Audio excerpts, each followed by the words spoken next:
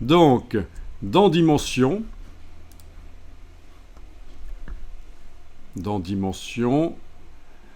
tiens, j'ai fermé la fenêtre. Ah, il est là. Ok. Sur la copie de la boîte ici, on a donc, si je double-clique, l'image qui est arrivée, et j'ai demandé qu'elle se mette en tant que fond, donc elle recouvre tout l'objet. Et je vais maintenant travailler sur la matière, substance, ça c'est pour les matières. Non, c'est pas une substance, excusez-moi. Les substances, elles sont plus bas, elles sont différentes. Elles ont cette icône-là. Les matières substances les plus évoluées, celles qui sont faites par le logiciel de création de matières avancées. Là, c'est des matières plus basiques, mais c'est pas grave. Donc, sur la matière, vous avez une possibilité de mettre une normal map, cette fois-ci. Ce qui n'était pas le cas sur l'image du dessus.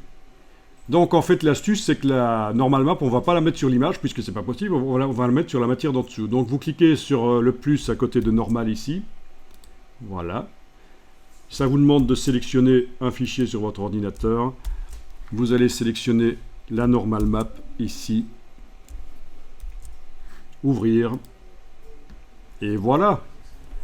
Touche Escape pour me débarrasser du panneau. Voilà. On a cette impression de relief. Alors, je vais peut-être aller mettre un éclairage plus intéressant. Ici, dans éclairage en général, donc l'éclairage 3 points, c'est pas mal. Ou oui, je vais peut-être pouvoir masquer certains de ces éclairages en fait, parce que c'est un peu fort. Voilà, finalement c'est un éclairage 2 points. Je vais peut-être les enlever tous d'ailleurs. Touche suppression. Et aller tester avec le soleil. Ok.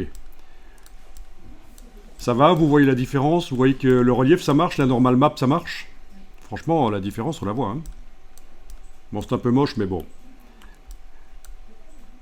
C'est pixelisé en fait. La texture est un peu pixelisée. Quand on l'étend, on voit les limites.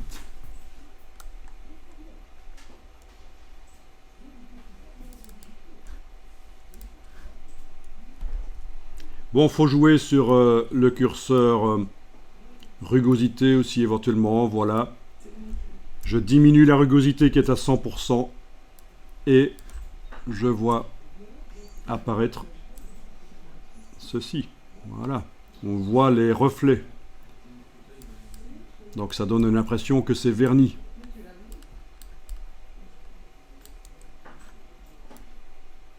Le côté métallique si on veut, etc.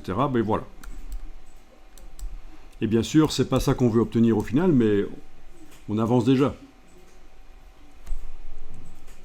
On va enregistrer le fichier là.